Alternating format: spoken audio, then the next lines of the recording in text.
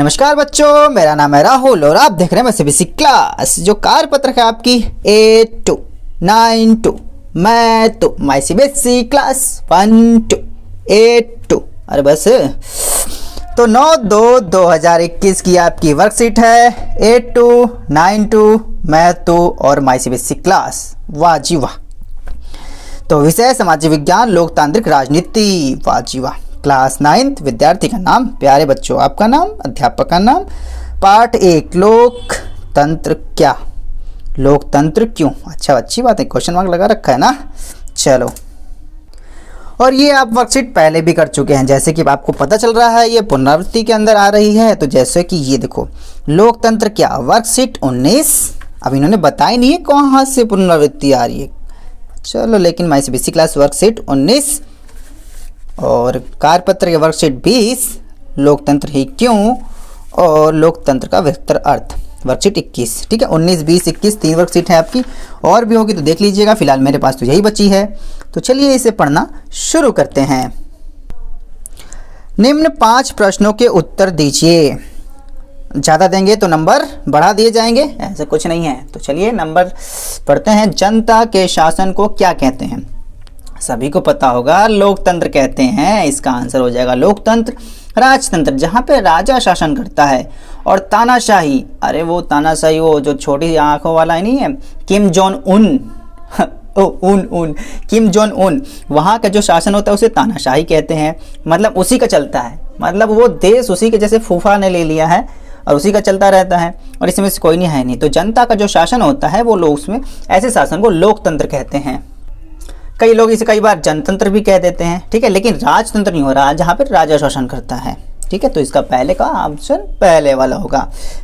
Question number 2, संसार का सबसे बड़ा लोकतांत्रिक देश कौन सा है? अरे वाह, अपना प्यारा भारत। और क्या? चीन। वैसे चीन हो सकता है, ठीक है, लेकिन चीन क्या करता है, चीन में बस एक ही पार्टी है, कम्युनिस्ट पार्टी, और वो ऐसे चुनाव करती है जैसे लगता है कि लोकतांत्रिक तरीके से चुनाव कर रही है। लेकिन लोकतंत्र में कम से कम 2 पार्टियां होनी चाहिए ताकि जनता अपनी इच्छा से चुनाव कर सके। लेकिन चीन में ऐसा है ही नहीं, एक ही पार्टी है, कम्युनिस्ट पार्टी, वही चुनाव में खड़ी होती है, वही जीतती है, वही हारती है। कुमारी की घास, वही तो जीतेगी हर बार। तो वहां पर लोकतंत्र नहीं है, लेकिन अपने आप को लोकतंत्र जैसा दिखाने की कोशिश कर रही है पूरी तरह से। ठीक है, इस वजह से भारत सबसे बड़ा है। और अमेरिका सबसे पुराना है, याद रखना, सबसे पुराना सबसे पुराना है अमेरिका। लोकतंत्र सबसे पुराना कहते हैं, और भारत सबसे बड़ा है, बेहतरीन। और फ्रांस 30 नंबर पे आपका जो फ्रांस है, फ्रांस तो है नहीं, यहाँ से तो शुरू हुई थी जो स्वतंत्रता का अधिकार था, यहाँ से चीज़ें शुरू हुई थी। क्वेश्चन नंबर 3 की तरफ चलते हैं। संसार के किसी एक गैर लोकतांत्रिक देश का नाम। अबे इसी का लिख दो, छोटी छोटी आंखों वाले। इस कोरोना वायरस जहाँ से आया ना, तो याद रख लो गैर लोकतांत्रिक है। लोकतांत्रिक होता तो ऐसा होता ही नहीं। ठीक है, तो यहाँ पे आप चीन आराम से भर सकते हैं। यहाँ पे हम चीन भर दो, कोई दिक्कत की बात नहीं है। ठीक है, क्वेश्चन नंबर 4, भारत में मतदान करने की निर्धारित उम्र कितनी है? अरे हाँ भैया, 18 वर्ष है। ठीक है, लेकिन विवाह करने की 21 वर्ष और देश संभालने के लिए 18 वर्ष। वाह जी वाह, नेक्स्ट लेवल का क्या है बात। चलो अच्छी बात है। ठीक है, तो प्रश्न 4 हो गया। प्रश्न 5, सैनिक तख्तापलट का क्या अर्थ है?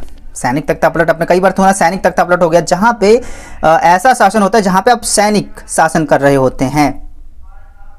तो चलिए इसे लिखें कैसे, एक बार देख लेते हैं। ठीक है, वर्कशीट 82 प्रश्न नंबर 1 का लोकतंत्र हो जाएगा, प्रश्न नंबर 2 का आपका भारत हो जाएगा, प्रश्न नंबर 3 में आपका चीन, छोटी छोटी आंखों वाला चीन। अभी आप और भी लिख सकते हैं, किम जोन उन, नॉर्थ कोरिया, बिल्कुल नॉर्थ कोरिया भी लिख दो, वो तो तानाशाह है, बिल्कुल गैर लोकतांत्रिक एकदम। ये दोनों ऐसे ही हलकट। और जो पाकिस्तान, अरे पाकिस्तान कई बार सैनिक शासन चलता है, कई बार लोकतंत्र शासन, इसमें कन्फर्म ये होता है, कई बार लोकतंत्र जैसा बिहेव तो करता है, लेकिन यहाँ पे जो असली पावर है वो आर्मी के पास है। ठीक है, और यहाँ पर 18 वर्ष 5 नंबर पे, जब कोई सेना अपने ही देश पर शासन करती है तो इसे सैनिक तख्तापलट कहते हैं। लेकिन पाकिस्तान में पूरी तरह से अभी हुआ नहीं है ये। ठीक है, तो यहाँ पे ऊपरी तरह से है, लेकिन सैनिक तख्तापलट यही होता है जब सैनिक शासन करता हो। लेकिन पाकिस्तान की स्थिति में है सैनिक के पास असली पावर है। ठीक है। तो आप और 11th में और 12th में अगर आप आर्ट साइंस लेते हैं तो इसके बारे में ज़्यादा डिटेल्स आपको जानने के लिए मिलेगा, ऐसा क्यों और कैसे हो रहा है। प्रश्न नंबर 6 निम्नलिखित अनुच्छेद को पढ़कर उसके नीचे लिखे प्रश्नों के उत्तर दीजिए। अच्छा, नहीं देंगे तो हैं, अगर नहीं दिया तो दे देंगे, कह रहे हैं तो देना पड़ेगा ना, नंबर मिलेंगे। एक लोकतांत्रिक सरकार सिर्फ इस कारण से मनमानी नहीं कर सकती कि उसे चुनाव जीता है। जैसे देख रहे हो अभी जो किसान का जो आया है, अभी अगर मैं बताऊं तो अब सरकार की मनमानी है कि नहीं है ये आप लोगों का फैसला रहेगा, ठीक है। लेकिन जो सरकार कर रही है, किसान कर सरकार मनमानी कर रही है, मनमानी नहीं कर सकती, इस वजह से उसके खिलाफ विरोध हो रहा है, ठीक है। तो यही कहने का मतलब अगर सरकार कोई चुन के आ रही है तो उसका मनमानी नहीं कर सकती। वो बिल अच्छा है या बुरा है वो बात की बात है, उसे भी कुछ बुनियादी तौर तरीकों का पालन करना होता है। खास तौर से उससे अल्पमत वाले समूह को दी गई कुछ गारंटियों का आदर करना होता है। हर प्रमुख फैसला लंबे विचार विमर्श से लेना होता है। जो भी किसान कानून जैसे फैसला लिया गया है ना, इससे किसी किसानों को ज़्यादा फर्क पड़ रहा है, किसी को नहीं पड़ रहा है, अब क्या लेवल है। तो यही बात है कि विचार विमर्श करके बाद ही कोई कानून या कोई फैसला लेना पड़ता है। हर पदाधिकारी को उस पद के साथ जुड़े अधिकार और जिम्मेदारियां संविधान द्वारा दी जाती हैं। संविधान द्वारा दी जाती है, असली जो पावर होती है संविधान ही तो बांटता है शक्तियों को। यह सभी न सिर्फ जनता के प्रति उत्तरदायी हैं, बल्कि अन्य स्वतंत्र अधिकारियों के प्रति भी उनकी जवाबदेही होती है। मतलब उनको जिम्मेदारी पड़ती है कि उनको आपको आंसर बताना होगा, ठीक है। तो प्रश्न नंबर 6 में एक आते हैं, सरकार जनता के प्रति कैसे उत्तरदायी होती है, ठीक है। इसका आंसर एकदम प्यार से लिखेंगे। सरकार को संविधान द्वारा अधिकार व जिम्मेदारियां दी गई हैं और इसलिए वह जनता के प्रति उत्तरदायी होता है, ठीक है। जिसने उसे जिम्मेदारियां और अधिकार दिए तो ये भी दायित्व दिया कि आपको जनता के प्रति उत्तरदायी भी होना पड़ेगा, आपको जवाब देना पड़ेगा जनता को। प्रश्न नंबर 2, लोकतंत्र में प्रमुख फैसले विचार विमर्श से क्यों लिए जाते हैं। इसका आंसर लिखने के लिए मैंने आपको बेहतरीन आंसर, मैंने आपकी वर्कशीट 21 की हेल्प ली है, ठीक है। यहाँ से देखेंगे, देखो यहाँ पे लिखा हुआ है, वास्तव में लोकतांत्रिक फैसले का मतलब यह है कि उस फैसले को प्रभावी होने वाले सभी लोगों के साथ विचार विमर्श के बाद और उनकी स्वीकृति के फैसला लेना। यानी जो कमजोर व्यक्ति है उसका भी किसी फैसले पर उतना ही महत्व होना जितना कि किसी शक्तिशाली व्यक्ति का, ठीक है। तो इसी प्रकार से इसका आंसर यहाँ से बिल्कुल जो सटीक लाइन से मिला मेरे को यही लिखा है, ठीक है। आप बना के भी लिख सकते हैं इसका अलग से, जो कमजोर व्यक्ति है उसका भी किसी फैसले में उतना ही महत्व देना जितना कि किसी शक्तिशाली व्यक्ति का। इसी वजह से विचार विमर्श होता है ताकि हर एक के पास मतलब कि ये ना हो कि उसके साथ गलत हुआ है, उसके साथ अन्याय हुआ, ऐसा नहीं होना चाहिए। प्रश्न नंबर इसके 6 का 3 देखो कैसे लिख रहा है, ये रोमन अंक में देना चाहिए था, 6 के अंदर 1 2 3 कर रहे हैं, कोई बात नहीं। रिक्त स्थान भरिए, पानी है किसी के पास, भर दो। यहाँ पे टोटी का पानी भी नहीं आ रहा है तो ऊपर वाले अनुच्छेद से भर के ही पढ़ के भर देंगे। हम पदाधिकारी को उस पद के साथ जुड़े अधिकार और जिम्मेदारियां तो संविधान द्वारा, तो यहाँ पे आएगा आपका संविधान, कॉन्स्टिट्यूशन, ठीक है इंग्लिश वाले बच्चों, संविधान, ठीक है। नेक्स्ट 4 नंबर पे, एक लोकतांत्रिक सरकार सिर्फ किस कारण से मनमानी नहीं कर सकती। केवल वो चुनाव जीत के आई है इस वजह से वो मनमानी नहीं कर सकती। केवल चुनाव जीतकर आने से कोई भी पार्टी, तो जो चुनाव जीत कर आता है वो पार्टी होती है ना, वो पार्टी सरकार बनाती है। तो मैंने थोड़ा सा अपने हिसाब से बना के लिखा है, केवल चुनाव जीतकर आने से कोई भी पार्टी मनमाने ढंग से शासन या सरकार नहीं चला सकती या सरकार मनमानी नहीं कर सकती। जो सरकार जो होती है जीत के आई हुई पार्टी को ही हम सरकार कहते हैं, ठीक है। आप इस प्रकार से बना के लिख सकते हैं। उम्मीद है क्वेश्चन सही लगे होंगे आपको और है भी सही। तो प्रश्न नंबर 7 की तरफ चलते हैं। 7 को 7 मारूंगा, एक 7 मारूंगा, 7 वो भी तो होते हैं ना, 7 जन्म होते हैं ना, 7 जन्म में मारेंगे। लोकतांत्रिक और गैर लोकतांत्रिक शासन व्यवस्था में अंतर बताइए। तो सीधी सी बात है, यहाँ पे तो प्यारे बच्चों को पता ही चल चुका है, लेकिन लिखना किस प्रकार से, इस प्रकार से लिखना है। लोकतांत्रिक व्यवस्था और गैर लोकतांत्रिक व्यवस्था। लोकतांत्रिक, सरकार चलाने के लिए जनता अपने प्रतिनिधि खुद चुनती है, जबकि इसमें खास वर्ग या समूह द्वारा देश पर शासन किया जाता है, इसे गैर लोकतांत्रिक कहते हैं। यहाँ पे जनता अपना प्रतिनिधि चुनती है, भैया आप शासन करेंगे, यहाँ पे अरे हम शासन करेंगे, तुम कोई नहीं होगे बोल, ठीक है, जैसे अंग्रेजों के टाइम पे था, वहाँ पे तो उपनिवेशिक थे हम, लेकिन अब तो लोकतांत्रिक देश बन चुका है। अब चाइना में देख लो, वही पार्टी जीतती है। अरे किम जोन उनको देख लो, नॉर्थ कोरिया में हैं, हर बार वही है अंकल जी, है छोटी आंखों वाला, वो मोटू सा गोलू नाम होना चाहिए उसका नाम किम जोन उन रख दिया गया है, गोलू। हमारे यहाँ होता है उसका नाम गोलू रख दिया होता अब तक। प्रश्न नंबर 7 के बाद 8 पे आते हैं।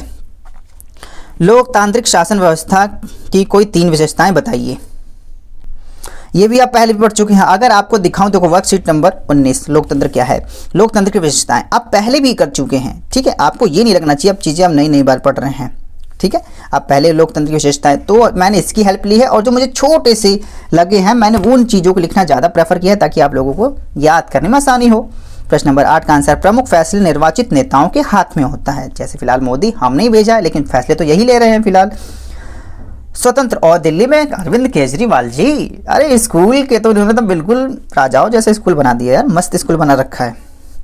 स्वतंत्र और निष्पक्ष चुनाव मुकाबला, ठीक है, यहाँ भी इसकी विशेषता है, एक व्यक्ति एक वोट एक मोल, ये है आपकी लोकतंत्र की विशेषता, सबसे खास बात। चाहे प्रधानमंत्री वोट दे, चाहे एक साइकिल चलाने वाला वोट दे, चाहे एक माईसीबीसी क्लास का टीचर दे, चाहे माईसीबीसी क्लास के टीचर पढ़ने वाले बच्चे जो 18 साल के होने के बाद वोट दे, सबकी वैल्यू, एक वोट की वैल्यू बराबर होती है, ठीक है।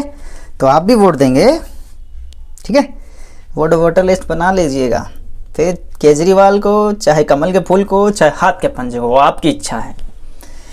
तो प्रश्न नंबर 9 की तरफ आ गया, लोकतंत्र में निष्पक्ष और स्वतंत्र चुनाव क्यों जरूरी है। अब इसका आंसर बताने से पहले मैं आपको एक क्वेश्चन नंबर 9, लोकतंत्र में निष्पक्ष और स्वतंत्र चुनाव क्यों जरूरी है, देखो ये वर्कशीट नंबर 19 कार्यपत्रक 19 में देखो क्वेश्चन नंबर 4 में, लोकतंत्र में स्वतंत्र और निष्पक्ष चुनाव क्यों जरूरी है। अब यहाँ पे क्यों होने चाहिए, ठीक है, क्यों जरूरी है, समझ रहे हो चीजें, तो लगभग आपका आंसर ये एक जैसा हो सकता है आपका, क्यों होने चाहिए, क्यों जरूरी है। अबे लोकतंत्र में चुनाव होगा तभी तो लोकतंत्र कहलाएगा ना। तो इसके 2 पॉइंट मैंने काफी अच्छे लिख रखे हैं। अगर आपको और पॉइंट लिखने हैं तो आपको वर्कशीट नंबर 19 देखनी पड़ेगी, 19 में आपका आंसर लिखा होगा, वहां से भी देख सकते हैं। तो यहाँ पे मैंने आंसर लिखा है, सत्ता में बैठे लोगों के लिए जीत हार समान अवसर हो, चुनाव इसी वजह से होता है। कभी कांग्रेस की, आज बीजेपी है, एनडीए है, ठीक है, कमाल। दिल्ली में इससे पहले कांग्रेस थी, और इससे भी पहले कांग्रेस थी, फिर आपकी आम आदमी पार्टी आई, फिर दोबारा आम आदमी पार्टी आई, कितनी अच्छी चीज़ है, ठीक है। ये चीज़ें जो होती है, सत्ता में बैठे लोगों की जीत हार का समान अवसर मिलता है। पॉइंट नंबर 2, लोकतंत्र को मजबूत और विश्वसनीय बनाने के लिए लोकतंत्र में चुनाव कराना बहुत ही जरूरी है, ताकि विश्वास बना रहे लोगों का, नहीं हमारे प्रतिनिधि हमारे हिसाब से ही चुने जा रहे हैं। प्रश्न नंबर 10, लोकतांत्रिक शासन व्यवस्था में जनता को अपने शासकों का चुनाव करते समय कौन सी बातों का ध्यान रखना चाहिए। तो ये आंसर भी आप पहले भी लिख चुके हैं, लेकिन इस प्रकार से अगर आप लिख सकते हैं तो मेरा है, वह देश का नागरिक हो सबसे पहले, ये नहीं बाहर से आ गया भाई वो चुनाव लड़ने लग गया, ऐसे नहीं, पहले देश का नागरिक होना चाहिए उसे, उसकी उम्र 18 वर्ष से अधिक होनी चाहिए, ये चुनाव लड़ने के लिए भी, और मेरे भी मानना है, सबका अपना अपना हो सकता है, लेकिन मेरे जो 3 असली पॉइंट है, मेरे ये तीनों पॉइंट है, ठीक है, ये जबरदस्त हैं, आप देख सकते हैं। उम्मीदवार को शिक्षित होना चाहिए, उसे शिक्षित होना चाहिए, हमें नहीं पता, कोई भी आके हम देश पे शासन कर रहा है, पढ़े लिखे व्यक्तियों पर अनपढ़ शासन कर रहा है, एक प्रकार से कह सकते हैं। तो उम्मीदवार को शिक्षित होना जरूरी होना चाहिए, उसे समाज सेवा का भाव होना चाहिए, ज़्यादातर लोग यहाँ पे लूटने के लिए आते हैं, समाज सेवा का भाव होना चाहिए, उसमें देश प्रेम की भावना कूट कूट कर भरी होनी चाहिए, देश प्रेम की भावना रहेगी वो तभी देश की सेवा करेगा, नहीं तो अगर परिवार प्रेम की भावना होगी तो बस, समझ रहे हो ना। चलो आप अपनी अपनी राय दे सकते हैं कमेंट में, मैंने सेंटेंस ज़्यादा छोड़ दिया है, बाकी आपकी इच्छा। उम्मीद है स्कूल जा रहे होंगे और स्कूल जाएंगे भी, स्कूल खुल चुके हैं, कोई बच्चा 3 दिन स्कूल जा रहा है, कोई बच्चा 1 दिन स्कूल जा रहा है, किसी बच्चे के 7 दिन स्कूल लग रहे हैं, कमाल का ये है, नहीं अलग अलग चीज़ चल रही हैं, किसी बच्चे के साथ ऐसा हो रहा है, किसी बच्चे के साथ वैसा हो रहा है। चलो अच्छे है, स्कूल खुल गए हैं, किसी को वर्कशीट करनी जरूरी है, किसी को वर्कशीट करनी नहीं जरूरी है, किसी के सर ने मना कर दिया है, किसी के सर ने नहीं मना किया है, तो सबके अलग अलग राय हैं। तो आप अपने स्कूल के टीचर और जो कह रहे हैं उस पर ध्यान दें, उस हिसाब से करें। मैं सीबीएसई क्लास की इस वीडियो को देखने के लिए धन्यवाद। जय हिंद, जय भारत।